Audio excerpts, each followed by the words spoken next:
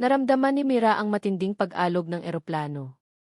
Ang pagbagsak ng Sky High Airlines, 8 taon na ang nakalipas, kung saan namatay ang kanyang ama, si Don Ricardo, ay isang bangungot na ayaw niyang balikan. Ngayon, habang nasa kalagitnaan ng isang international flight papuntang San Francisco, narito na naman ang pakiramdam na iyon. Bigla, nag-flash ang warning light sa cockpit display, engine malfunction. Parang may bumagsak na yelo sa dibdib ni Mira. Ang matagal nang inilibing na takot ay muling bumalik, kumakalat sa bawat ugat ng kanyang katawan. Hindi lang ito tungkol sa kanyang sarili, libu-libong buhay ang nasa kanyang mga kamay. May problema tayo sa engine 2. Nawawala ng power, sigaw ni Kenzo De Lara, ang kanyang co-pilot. May bakas na pag-aalala sa boses nito, ngunit kitang-kita rin ang determinasyon sa matang nakatitig sa mga readouts. Napakabilis ng tibok ng puso ni Mira at halos hindi siya makahinga. Ang alaala ng kanyang ama na nasa loob ng bumagsak na eroplano ay muling nagparamdam.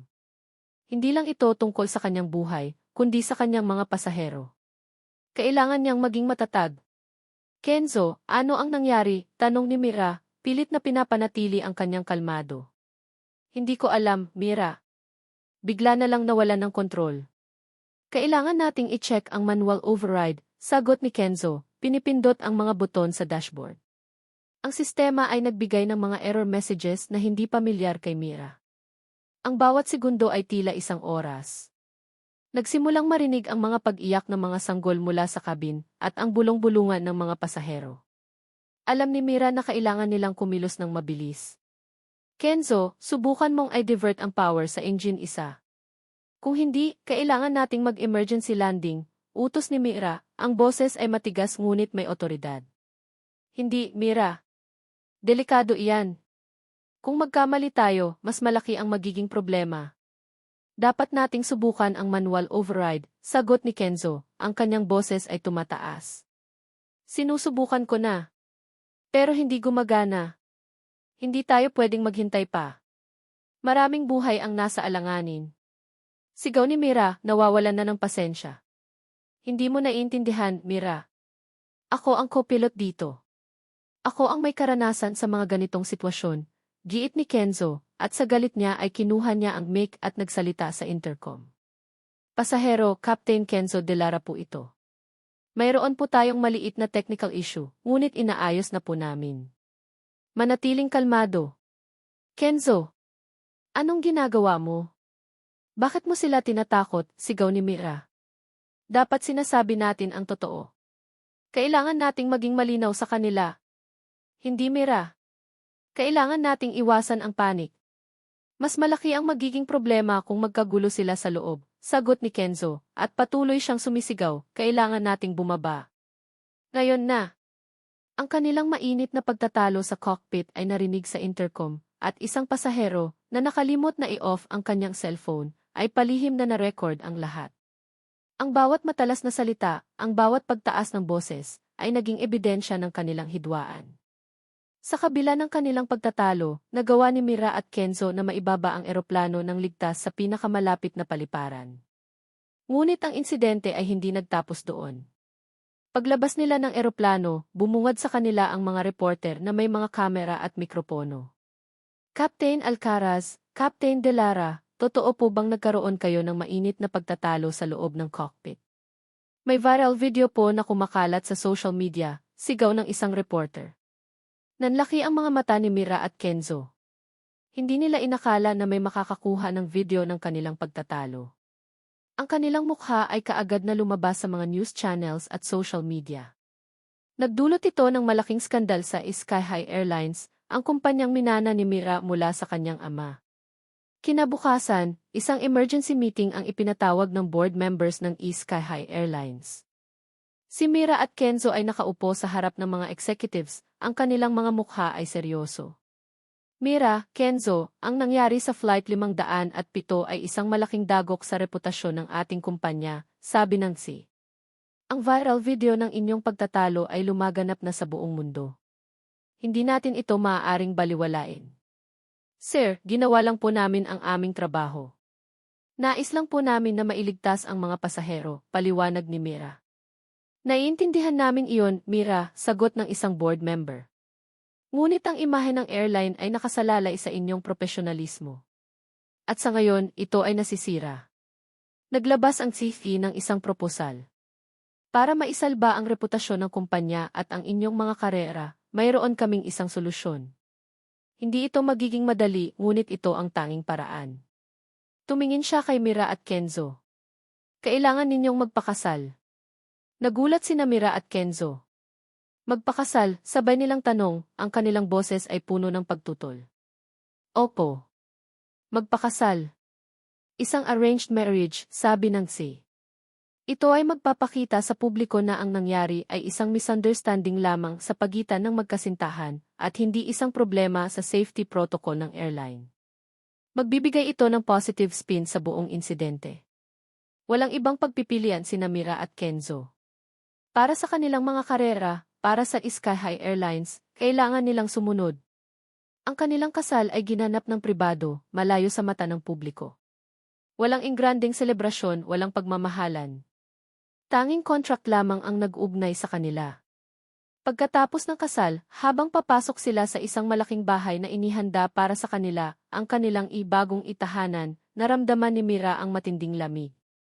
Walang init, walang pagmamahal. Ito ay isang bahay na puno ng mga estranghero. Ito ang pinakamalaking pagkakamali ng buhay ko. Huwag kang umasa ng anumang bagay mula sa akin. Isang kasunduan lang ito, Captain Delara, sabi ni Mira, ang kanyang boses ay matigas. Lumapit siya kay Kenzo, ang kanyang mga mata ay nanlilisik sa galit. Huwag kang magkakamali na subukan pa akong lokohin, dahil ayoko na ng anumang bagay na may kinalaman sa kapahamakan na nagdala sa atin sa sitwasyong ito. Tinalikuran niya si Kenzo at naglakad patungo sa isa sa mga silid. Iniwan si Kenzo na nakatayo doon, ang kanyang mukha ay puno ng pagkalito at bahagyang pagkabigla. Nakatitig si Kenzo sa saradong pinto ng silid ni Mira, ang mga salita nito ay umuugong pa rin sa kanyang tainga. Ito ang pinakamalaking pagkakamali ng buhay ko. Huwag kang umasa ng anumang bagay mula sa akin. Isang kasunduan lang ito, Captain Delara. Huwag kang magkakamali na subukan pa akong lokohin, dahil ayoko na ng anumang bagay na may kinalaman sa kapahamakan na nagdala sa atin sa sitwasyong ito. Bumuntong hininga si Kenzo. Ito ang simula ng kanyang bagong buhay bilang asawa, isang papel na hindi niya inakala na kanyang gagampanan. At ang kasama niya sa pagganap sa papel na ito ay isang babaeng tila punong-puno ng galit at pagdududa. Ang mga sumunod na araw ay tila isang maingat na sayaw ng pag-iwas. Sa umaga, si Mira ay gumigising ng maaga, lumalabas ng kondo bago pa man siya magising. Kung nagkakasakubong man sila sa kusina, ilang salita lamang ang kanilang binibitawan at palaging tungkol sa mga usaping propesyonal. Si Kenzo naman ay nagtatago sa kanyang home office o lumalabas para mag-jogging sa parke para lang maiwasan ang anumang interaksyon na hindi kinakailangan. Ang kondo ay malawak at moderno, ngunit ang bawat sulok ay tila may pader na naghihiwalay sa kanila. Captain Delara, may press conference po kayo sa Lunes. Kailangan ninyong magkasama ni Mira, paalala ng kanyang assistant sa phone. Si Kenzo, bilang bagong kiasawa tinang si, ay kailangan ding umayon sa kagustuhan ng board. Naiintindihan ko, maikling sagot ni Kenzo. Ang lahat ay pagpapanggap. Sa mga public appearances nila, si Mira ay kahanga-hanga. Kung sa personal ay napakalamig nito, sa harap ng kamera ay napakaganda ng kanyang ngiti, at ang kanyang mga sagot ay puno ng poise at profesionalismo. Minsan, habang nasa isang photoshoot sila para sa airline magazine, hinawakan ni Mira ang kanyang kamay, mahigpit, at ngumiti ng matamis sa kamera. Naramdaman ni Kenzo ang bahagyang kilig. Kahit na alam niyang pagpapanggap lang iyon, may kung anong bahagi sa kanya ang nagkagusto sa sandaling iyon. Ang babaeng ito, sa kabila ng kanyang matigas na panlabas, ay may kakayahang umarte na tila totoo ang lahat. Humanga si Kenzo. Isang hapon, habang abala si Kenzo sa pagbabasa ng mga flight reports, nakita niya si Mira na papalabas ng kondo, may dalang isang malaking basket. Mira, saan ka pupunta? Tanong niya. Wala ka na doon, sagot ni Mira, walang lingon-lingon. Sinundan ni Kenzo si Mira. Nagulat siya nang makita niya itong pumunta sa isang sementeryo. Nagtago siya sa likod ng isang puno, pinagmamasdan si Mira. Lumapit si Mira sa isang puntod, binaba ang basket na mailamang bulaklak at nilinis ang lapida. Don Ricardo Alcaraz. Ang ama ni Mira. Ang pangalan sa lapida ay nagdala ng kirot sa puso ni Kenzo. Narinig niya ang pag-iyak ni Mira. Daddy, miss na kita. Ang bigat ng lahat, Daddy. Sana andito ka para gabayan ako. Napilitan akong magpakasal sa isang lalaking hindi ko kilala at sa isang sitwasyong hindi ko maintindihan. Kailangan kong malaman ang totoo sa likod ng pagkamatay mo. Hindi ako titigil hanggat hindi ko nakukuha ang hustisya para sa iyo. Naramdaman ni Kenzo ang matinding konsensya. Nais niyang lumapit, humingi ng tawad at sabihin ang lahat ng nalalaman niya. Ngunit paano? Ang lahat ay napakakomplikado. Isang gabi, habang naglalakad si Kenzo sa hall, narinig niya ang boses ni Mira sa kanyang home office, kausap si Atty. Sofia Reyes. Atty. Reyes, kailangan nating i-reopen ang kaso ng pagkamatay ni Daddy. May kutob ako na may itinago sila sa atin. Hindi ko matanggap na aksidente lang ang nangyari sa eroplano. Napahinto si Kenzo. Ang mga salitang iyon ay nagpabalik sa kanya sa gabing iyon ng aksidente. Siya ang pilot in command ng isa pang eroplano na malapit sa lugar ng pagbagsak. Siya ang unang nakakita ng insidente at sumubok na tumulong. Ngunit pinigilan siya ng control tower sa kadahilanang hindi pa raw klaro ang sitwasyon. Ang pag-uusap na iyon. Ang mga boses. Ang miscommunication na nangyari. Kaagad na pumasok si Kenzo sa kanyang personal office na matagal na niyang hindi binubuksan. Sa isang lumang drawer, nakita niya ang isang old, dusty folder na mailabel na T-Project Phoenix. Ito ay isang confidential project noon sa Sky High Airlines na may kinalaman sa pag-upgrade ng mga eroplano. Natatandaan niya, siya ang test pilot para sa simulation ng parehong eroplano ilang linggo bago ang aksidente. Hindi niya maintindihan kung bakit narito ang folder na ito. Binuksan niya ang folder. Sa loob nito, may mga photos ng eroplano ni Don Ricardo bago ang pagbagsak at isang memo na naglilista ng mga taong kasangkot sa isang secret audit. Kasama sa listahan ang pangalan ni Senator Lorenzo Enzo Alvarez. At sa ilalim nito, ang kanyang pangalan, Kenzo de Lara, bilang test pilot sa simulation ng parehong eroplano ilang linggo bago ang aksidente. Nanginginig ang mga kamay ni Kenzo. Bakit narito ang kanyang pangalan? At bakit kasama ang pangalan ni Sen Alvarez? Hindi ito maaari di. Bulong niya, ang kanyang puso ay kumakabog ng malakas.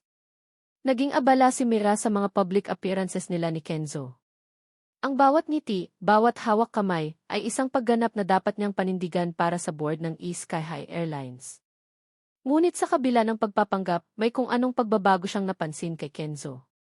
Sa tuwing nakikita niya itong mag-isa, tila may malalim itong iniisip, at minsan ay napapansin niyang tinititigan siya nito ng matagal, na tila may gustong sabihin. Isang hapon, inanyayahan sila sa isang charity event para sa mga anak ng mga airline employees. Nakita ni Mira ang pagiging malambot at mapagmahal ni Kenzo sa mga bata. Niyakap nito ang isang batang umiiyak at kinantahan ng lulabi hanggang sa tumahan. Ang mga mata ni Kenzo ay puno ng pag-aalaga.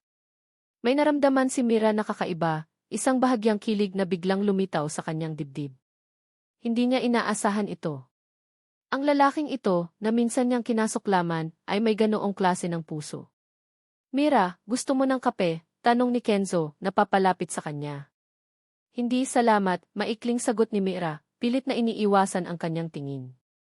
Nais niyang pagtuunan ng pansin ang event, hindi ang nararamdaman niya para kay Kenzo. Lumipas ang mga araw, at naging mas madalas ang kanilang pagkakasama dahil sa trabaho. Nagkaroon sila ng mga pagkakataon na mag-usap ng walang kamera at reporter. Unti-unting nakilala ni Mira si Kenzo, ang kanyang pagiging masinop sa trabaho, ang kanyang pagiging detail-oriented, at ang kanyang pagmamahal sa paglipad. May mga pagkakataon din na nagagawa nitong magpatawa sa kanya, na nagpapagaan ng kanyang loob. Ang pader na matagal niyang itinayo sa pagitan nila ay unti-unting gumuho, nang hindi niya namamalayan. Isang umaga, habang nasa isang routine check-up sa airline medical facility, nakatanggap si Mira ng balita mula sa kanyang doktor. Mira, may magandang balita ako sa'yo, sabi ng doktor, ngumingiti. Nagtaka si Mira. Ano po iyon, doktora? Mira, buntis ka, sabi ng doktor, halos 2 buwan na. Para siyang nabingi. Buntis? Siya. Sa gitna ng lahat ng ito. Paano? Ang kanyang mundo ay umikot. Hindi ito bahagi ng kontrata. Ang kanilang kasal ay isang pagpapanggap lamang. Ngunit ang munting buhay na ito sa kanyang sinapupunan ay totoo. Naramdaman niya ang pagkabigla, pagkalito, at isang kakaibang halo ng takot at pag-asa. Paano niya sasabihin ito kay Kenzo? Pag-uwi ni Mira, nadatnan niya si Kenzo na nagbabasa sa sala. Kenzo, kailangan nating mag-usap, sabi ni Mira, ang kanyang boses ay nanginginig. Napaangat ng tingin si Kenzo. Napansin nito ang pagbabago sa mukha ni Mira. Anong nangyari, Mira? May problema ba? Dahan-dahan, inabot ni Mira ang resulta ng check-up. Kinuha ito ni Kenzo at binasa. Nanlaki ang kanyang mga mata. Matagal siyang tahimik. Ang katahimikan ay tila nakakabingi sa loob ng kanilang bahay. Buntis ka? Tanong ni Kenzo, halos pabulong. Tumango si Mira. Opo. Hindi ko rin alam kung paano. Napakunot ang noo ni Kenzo. May pagkabigla sa kanyang mukha, ngunit mayroon ding bahid ng pag-aalala at responsibilidad. Sa loob ng ilang segundo, tiningnan niya si Mira at pagkatapos ay bumuntong hininga. Pananagutan ko ito, Mira. Hindi ko hahayaan na maging mahirap ito para sa'yo. Magiging ama ako. At magiging asawa mo ako, hindi lang sa kontrata, kundi sa totoo. Nagulat si Mira sa sinabi ni Kenzo. Hindi niya inakala na ganoon ang magiging reaksyon nito. Ang mga salitang iyon ay nagpagaan ng kanyang loob. Ang kanilang kasal sa kontrata ay tila unti-unting nagiging totoo. Nagsimula silang magkaroon ng mas totoong relasyon. Nagdesisyon silang itago muna ang pagbubuntis ni Mira mula sa publiko. Lumalabas sila para mag-date, nagkukwentuhan tungkol sa kanilang mga pangarap para sa bata, at nagsimulang magplano para sa hinaharap. Sa bawat araw na lumilipas, mas nagkalapit sila. Naramdaman ni Mira ang pagmamahal at pag-aalaga ni Kenzo, at unti-unting nagtiwala siya dito. Isang araw, kaarawan ni Mira. Pag-uwi niya, bumungad sa kanya ang bahay na may amoy ng masarap na pagkain. Nakita niya si Kenzo sa kusina, nagluluto ng kanyang paboritong pagkain. Happy birthday, Mira, sabi ni Kenzo, ngumingiti. May inabot si Kenzo na regalo kay Mira, isang lumang larawan ng kanyang ama sa cockpit ng eroplano, na maingat na nilagyan ng frame. Naramdaman ni Mira ang init sa kanyang dibdib. Paano mo nalaman? Tanong niya, at nagsimulang lumabas ang luha sa kanyang mga mata. Narinig ko sa kwento mo, sagot ni Kenzo. Alam kong importante sa'yo ang daddy mo. Niyakap ni Mira si Kenzo, mahigpit. Sa sandaling iyon, naramdaman niya ang tunay na pagmamahal at pag-aalaga. Hindi na ito pagpapanggap. Ito ay totoo. Isang gabi, habang naghahanda si Mira para matulog, naramdaman niya ang matinding sakit sa kanyang tiyan. Parang may pumipigas sa kanyang kalooban. Kenzo, sigaw niya, ang kanyang boses ay puno ng takot. Mabilis na lumapit si Kenzo. Nakita niya ang pamumutla ni Mira. Kaagad niya itong isinugod sa ospital. Sa SCC, narinig ni Mira ang bulong ng nurse sa doktor, mukhang may problema sa puso ng baby. Kailangan natin siyang i-monitor. Ang mundo ni Mira ay tila gumuho. Ang munting buhay na kanilang pinangarap ay nasa bingit ng kapahamakan. Nanginginig ang mga kamay ni Kenzo habang hawak ang kamay ni Mira sa ospital. Ang mga salita ng nurse, may problema sa puso ng baby, ay patuloy na umuugong sa kanyang isip. Sa mga sumunod na araw, tila huminto ang mundo nila. Bawat check-up, bawat pagsubok, ay puno ng kaba. Ngunit sa gitna ng pagsubok, lumabas ang katatagan ni Mira. Matapang niyang hinarap ang lahat, at sa bawat sandali, nandoon si Kenzo, sinusuportahan siya.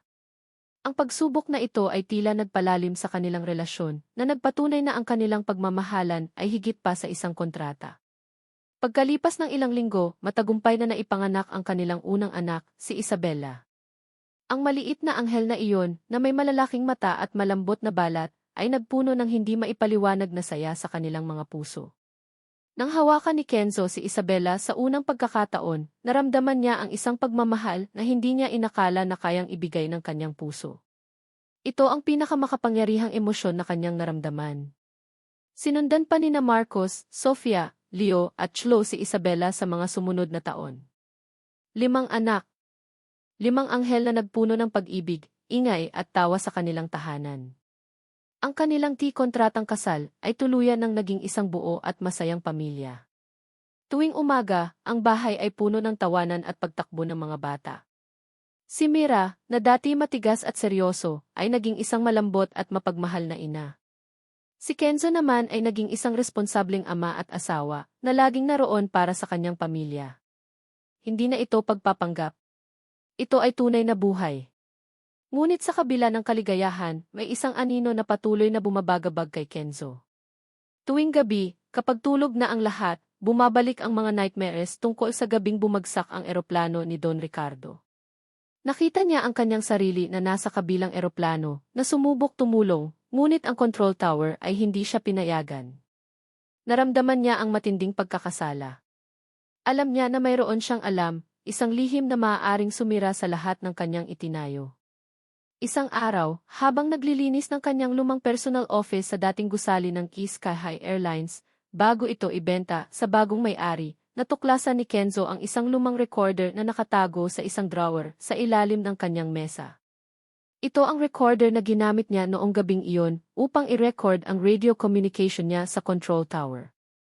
Matagal na niya itong nakalimutan, itinago sa ilalim ng tambak ng mga lumang papeles. Hawak niya ang recorder, nanginginig ang kanyang mga kamay. Sa loob ng ilang taon, sinubukan niyang kalimutan ang gabing iyon. Pero ngayon, kailangan niyang harapin ang katotohanan. Dahan-dahan niyang pinindot ang play button. Unang narinig niya ang kanyang sariling boses, nagtatanong sa control tower tungkol sa distress signal mula sa eroplano ni Don Ricardo. Pagkatapos, ang boses ng control tower na nag-uutos sa kanya na huwag lumapit at huwag makialam. At pagkatapos, isang boses na nagpatindig sa kanyang balahibo, ang boses ni Senator Lorenzo Enzo Alvarez. Huwag mong payagan ang piloto na iyan na lumapit sa area. Huwag kang magbibigay ng anumang impormasyon na makakasira sa plano. Magiging akin ang Sky Airlines at kailangan nating linisin ang lahat ng ebidensya, sabi ng boses ni Senator Alvarez. Para siyang sinakluban ng langit. Hindi lang iyon. May kasunod pang pag-uusap ni Sen Alvarez sa isang taong may malalim na boses na tinawag niyang Mang Berting. Mang Berting, nasaan na ang mga dokumento na nagpapatunay na naayos na ang engine 2? Siguraduhin mong walang trace na magpapakita ng anumang anomaly sa technical inspection. Walang makakaalam.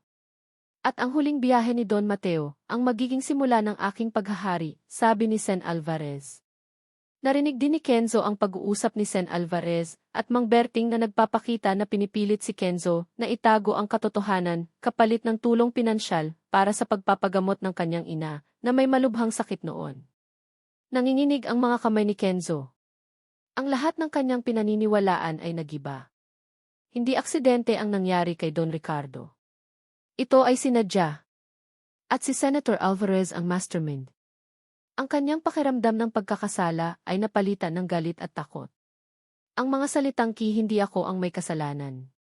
Pinilit lang nila ako ay halos hindi na lumabas sa kanyang bibig. Sa labas ng kanyang opisina, narinig niya ang boses ni Mira na tumatawag, Kenzo. Kakain na tayo. Ang boses ni Mira ay puno ng pagmamahal, at ang tawanan ng kanilang mga anak ay naririnig mula sa sala. Napakagatlabi si Kenzo. Paano niya sasabihin ang katotohanan kay Mira? Ang katotohanan na maaaring sumira sa lahat ng kanilang itinayo. Ang katotohanan tungkol sa pagkamatay ng kanyang ama. Ang katotohanan na maaaring magbago sa kanilang buhay magpakailanman. Napansin ni Mira ang malalim na pagbabago kay Kenzo. Mula ng gabing iyon na natagpuan niya itong tulala sa harap ng kanyang laptop, tila may bumabagabag dito. Madalas itong balisa, tahimik, at mas lalo pang lumayo ang loob nito sa kanya. Ang mga ngiti nito ay bihirang makita, at ang mga halik nito ay tila may bahid na ng lungkot.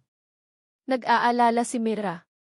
Sa kabila ng lahat ng kanilang pinagdaanan, ang mga pader na kanilang giniba, tila may bagong pader na itinayo si Kenzo, na ngayon ay mas mataas at mas matigas.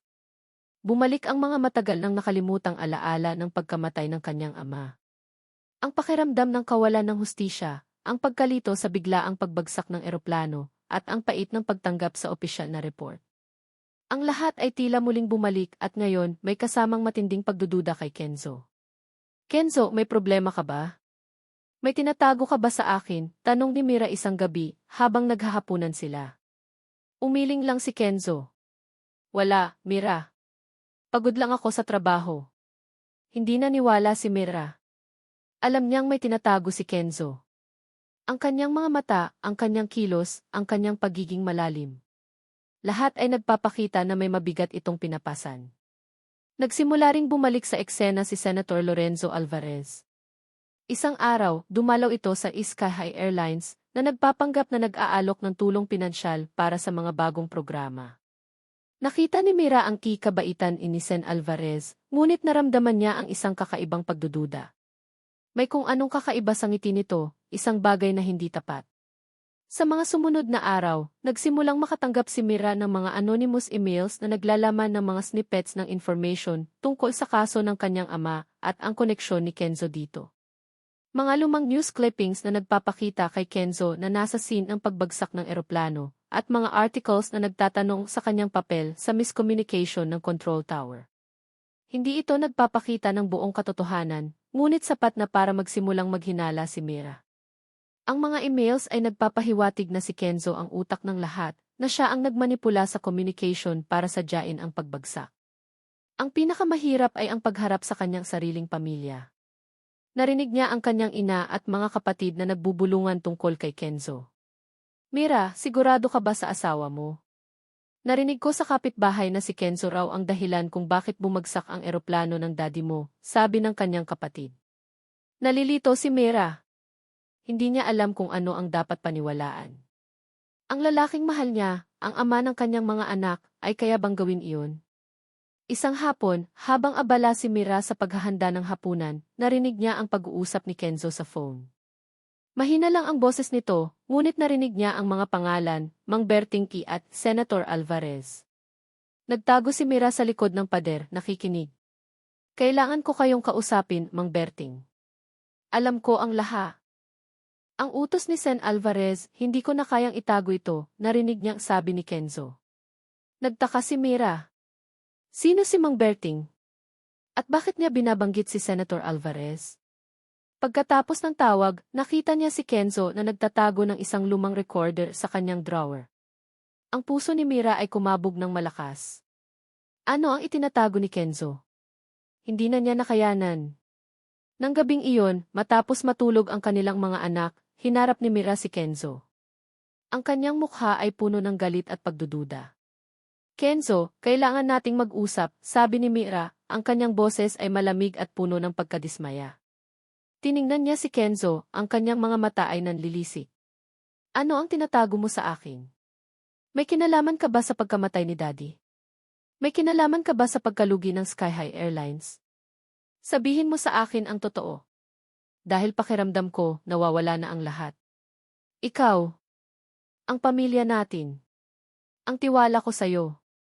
Ang luha ay nagsimulang dumaloy sa kanyang mga mata. Sa sandaling iyon, pakiramdam ni Mira ay bumagsak ang kanyang mundo.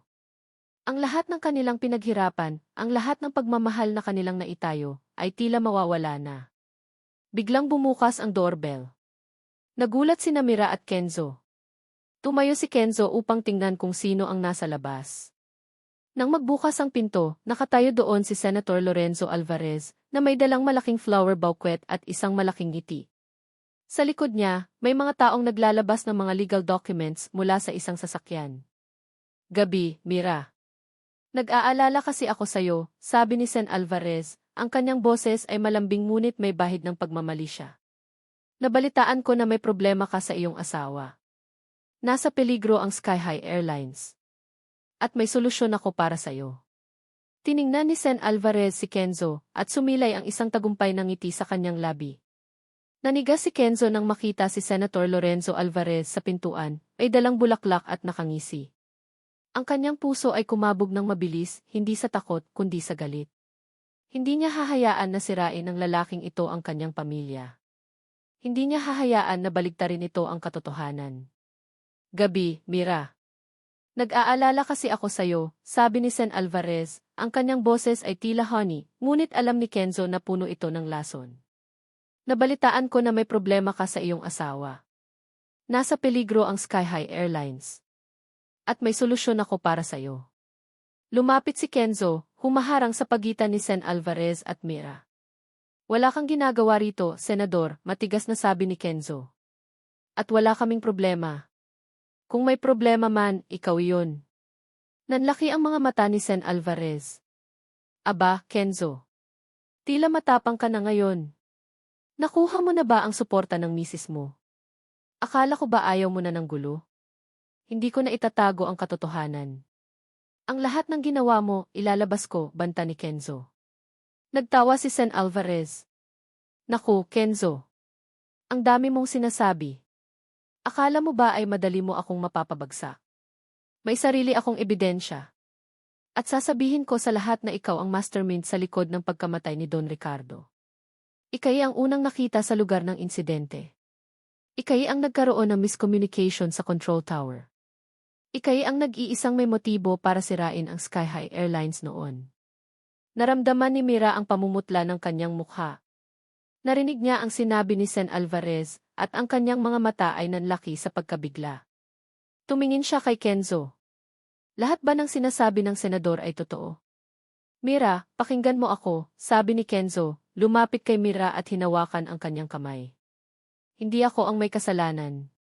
Siya ang mastermind. Pinilit niya lang ako. May mga ebidensya ako. Ibinigay ni Kenzo kay Mira ang recorder at ang flash drive na naglalaman ng mga ebidensya.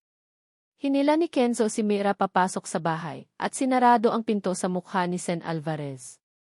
Pumasok sila sa kanilang silid at doon, ibinunyag ni Kenzo ang lahat. Ang kanyang papel bilang test pilot, ang pagkakakita niya sa insidente, ang recording ng pag-uusap nila ni Sen Alvarez, at ang blackmail tungkol sa pagpapagamot ng kanyang ina. Habang nakikinig si Mira sa mga audio recordings, ang kanyang mukha ay puno ng matinding sakit, gulat at galit. Galit kay Sen Alvarez. Ang kanyang ama ay hindi namatay sa aksidente. Siya ay pinatay. At ang taong pilit na tinago ang katotohanan ay si Senator Lorenzo Alvarez. Unti-unting napalitan ang pagdududa niya kay Kenzo ng pakikiramay at pag-unawa. Hindi ko alam paano nangyari ito, bulong ni Mira. Ang luha ay dumadaloy sa kanyang mga mata. Niyakap niya si Kenzo, mahigpit.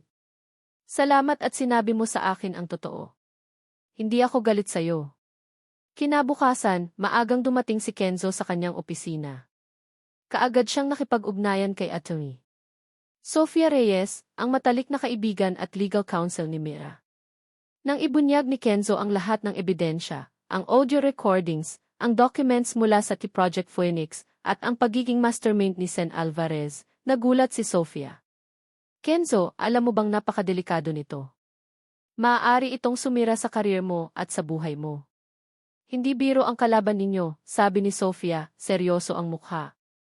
Alam ko, Sofia, sagot ni Kenzo, ang kanyang mga mata ay puno ng determinasyon. Ngunit hindi ko na kayang itago ito. Para kay Mira. Para sa mga anak ko. Para sa hustisya ni Don Ricardo. Sumang-ayon si Sofia na tulungan si Kenzo. Nag-umpisa silang magtrabaho, naghahanap ng mga loopholes at nagpaplano ng kanilang mga hakbang. Ang unang hakbang ay hanapin si Mang Berting, ang dating aircraft mechanic na nabanggit sa mga email ni Sen Alvarez. Matapos ang ilang araw na paghahanap, natagpuan nila si Mang Berting sa isang liblib na probinsya. Sa simula, nag-atubili si Mang Berting na magsalita, natatakot sa banta ni Sen Alvarez. Ngunit nang makita niya ang mga ebidensya ni Kenzo at marinig ang kanyang kwento, lalo na nang ipakita ni Kenzo ang boses ni Senador Alvarez na nagbabanta, umamin din si Mang Berting. Si Senator Lorenzo Alvarez po ang nagbayad sa akin, Atty. Delara, sabi ni Mang Berting, ang kanyang boses ay nanginginig. Inutusan niya akong maglagay ng isang maliit na faulty part sa makina ng eroplano ni Don Ricardo na magiging sanhi ng malfunction. At inutusan niya rin akong manahimik. Sinabi niya na kung magsasalita ako, papatayin niya ang pamilya ko. Ang testimonya ni Mang Berting ay isang malaking hakbang sa paglabas ng katotohanan. Naghanda si Kenzo para sa isang formal na paghaharap. Nagsampa siya ng mga kaso laban kay Senator Lorenzo Alvarez. Alam niya na ito ang huling pagsubok. Nang araw ng Senate hearing na ipinatawag ni Senator Alvarez para linisin ang kanyang pangalan, napuno ang silid ng mga reporter at mga camera crew. Si Mira ay naroon din, nakaupo sa front row, ang kanyang mukha ay seryoso, ngunit may bakas ng pag-asa. Hawak niya ang kamay ng kanyang ina, na umiiyak sa tabi niya. Umakyat si Kenzo sa entablado, ang kanyang mukha ay puno ng determinasyon. Magandang araw po sa inyong lahat, panimula ni Kenzo, ang kanyang boses ay malinaw at matatag. Narito po ako ngayon para ilantad ang isang katotohanan na matagal nang nakatago sa likod ng mga anino. Ang katotohanan tungkol sa pagkamatay ni Don Ricardo Alcaraz, ang nagtatag ng Sky High Airlines. Nagsimulang magsalita si Kenzo, isinisiwalat ang lahat. Ang kanyang papel sa insidente, ang pagmamanipula ni Sen Alvarez sa mga ebidensya, ang kanyang pagiging instrumento sa kasinungalingan, at ang kanyang pagtuklas sa totoong mastermind. Isinisiwalat niya ang bawat detalye ng planong pagbagsak ng eroplano, ang motibo ni Sen Alvarez na sakupin ang Sky High Airlines, at ang pagtatago ng mga saksi. Ipinakita niya ang audio recordings, ang testimonya ni Mang Berting, at ang mga forensic reports na muling sinuri. Ang lahat ay nakahanda. Nagulantang ang mga reporter. Nagkagulo ang press conference, ang mga flash ng kamera ay sunod-sunod. Tiningnan ni Mira si Kenzo, ang kanyang mga mata ay nanlalaki sa pagkabigla at paghanga. Ang lalaking ito, na minsan niyang kinasusuklaman, ay handang isakripisyo ang lahat para sa katotohanan. Biglang bumukas ang likod na pinto. Pumasok si Senator Lorenzo Alvarez, galit na galit ang mukha. Hindi niya alam na may Senate hearing. Nakita niya si Kenzo sa entablado, naglalantad ng lahat ng kanyang mga krimen. Kenzo! Anong kabaliwan ito? Sigaw ni Sen Alvarez, susugurin si Kenzo. Ngunit mabilis siyang pinigilan ng mga security guards. Lahat ng sinasabi ng piloto na iyan ay kasinungalingan. Ang totoo, siya ang utak ng lahat. At mayroon akong pruweba na siya ang dahilan ng pagkamatay ni Don Ricardo Alcaraz. Ang lahat ng ito ay isang pakana para sirain ako, sigaw ni Sen Alvarez, habang pilit na kumakawala mula sa mga security guards. Naglabas si Sen Alvarez ng isang HQ at ipinakita sa media at sa mga senador. Ang lahat ng mata ay nakatitig sa screen. Nanatiling matatag si Kenzo sa entablado, kahit pa nagkagulo ang lahat dahil sa pagdating ni Senator Alvarez. Ang mga mata ni Mira ay nakatitig sa kanya, puno ng pag-aalala, ngunit mayroon ding matinding paghanga. Alam niyang ito na ang huling laban. Ang laban para sa katotohanan. Lahat ng sinasabi ng piloto na iyan ay kasinungalingan. Ang totoo, siya ang utak ng lahat. At mayroon akong pruweba na siya ang dahilan ng pagkamatay ni Don Ricardo Alcaraz. Ang lahat ng ito ay isang pakana para sirain ako, sigaw ni Sen Alvarez, habang pilit na kumakawala mula sa mga security guards. Naglabas si Sen Alvarez ng isang HQ at ipinakita sa media at sa mga senador. Ang lahat ng mata ay nakatitig sa screen, puno ng pagdududa. Mabilis na kumilos si Atty. Sofia Reyes. AS President, ang ipinapakita po ng senador ay mga fabricated evidence. Kami po ay mayroong forensic report at testimonya mula sa isang insider na magpapatunay na ang lahat ng iyan ay pawang kasinungalingan. Ngunit bago pa man makapagsalita ang President ng Senate hearing, ipinakita na ni Sen Alvarez ang kanyang ebidensya sa screen, mga peking dokumento at testimonya na nagtuturo kay Kenzo bilang mastermind. May mga doctored photos pa na nagpapakita kay Kenzo na nakikipagpulong sa mga taong may masamang reputasyon at mga fake emails na nag-ugnay sa kanya sa sabotage. Nagkaroon ng bulungan sa hall. Iyan ang katotohanan. Siya ang may kinalaman sa pagkamatay ng ama ng kanyang sariling asawa, sigaw ni Sen Alvarez, at tiningnan niya si Mira na tila naghihintay ng kanyang reaksyon. Nakatayo si Mira. Nanginginig ang kanyang mga kamay, ngunit matapang siyang humarap sa lahat. Lumapit siya kay Kenzo at hinawakan ang kanyang kamay. Ang pagdududa na minsan ay bumalot sa kanya ay nawala na. Nakita niya ang sinseridad sa mga mata ni Kenzo. Vice President, ako po si Mira Alcaraz, ang anak ni Don Ricardo Alcaraz. Nagsimulang magsalita si Mira, ang kanyang boses ay malinaw at matatag. Nandito po ako para magbigay ng aking testimonya. Sa simula, katulad ng lahat, naniwala ako sa opisyal na report. At nang malaman ko ang koneksyon ni Kenzo sa kaso ng aking ama, nagalit ako, nagduda, at pakiramdam ko ay nawala ang lahat. Tumingin si Mira kay Kenzo at ngumiti ng bahagya. Ngunit ang pag-ibig, tulad ng isang eroplano, ay kailangan ng matibay na pundasyon para lumipad ng mataas. At sa aming paglalakbay, natagpuan namin ang pundasyong iyon sa katotohanan at sa pagtitiwala. Narinig ko po ang mga recordings na ipinakita ni Kenzo. Nalaman ko ang totoong nangyari. Narinig ko ang pagbabanta ni Senator Alvarez. At naniniwala ako na si Senator Lorenzo Alvarez ang tunay na mastermind sa likod ng pagkamatay ng aking ama. Nagsalita rin si Mang Berting na naging testigo. Detalyado niyang isinalaysay ang lahat, mula sa utos ni Sen Alvarez na maglagay ng faulty part sa eroplano, hanggang sa pagtanggap niya ng bayad at ang banta sa kanyang pamilya. Nagkaroon ng gulo sa loob ng session hall. Ang mga reporter ay nagsimulang magtanong kay Sen Alvarez na tila nawawalan na ng kontrol. Ang kanyang mukha ay namumutla at ang kanyang mga mata ay nagpapakita ng matinding takot. Sinubukan niyang umalis, ngunit hinarangan siya ng mga security guards. Dahil sa mga irrefutable evidence na ipinakita ni Kenzo at Mira, kabilang ang audio recordings at ang testimonya ni Mang Berting, at ang pagsusuri ng mga forensic experts sa black box ng eroplano, napatunayan ang kasalanan ni Senator Lorenzo Alvarez. Siya ay hinatulan ng korte at ipinadala sa kulungan para sa kanyang mga krimen. Ang pamilya Alcaraz ay nakakuha ng hustisya, at ang kanilang Sky High Airlines ay muling bumangon at naging mas matatag kaysa dati. Pagkalipas ng ilang buwan, binisita ni Mira at Kenzo, kasama ang kanilang 5 anak, si Isabela, Marcos, Sofia, Leo at Chlo, ang puntod ni Don Ricardo. Ang sementeryo ay tahimik at ang araw ay tila mas maliwanag. Daddy, nakuha na po namin ang hustisya.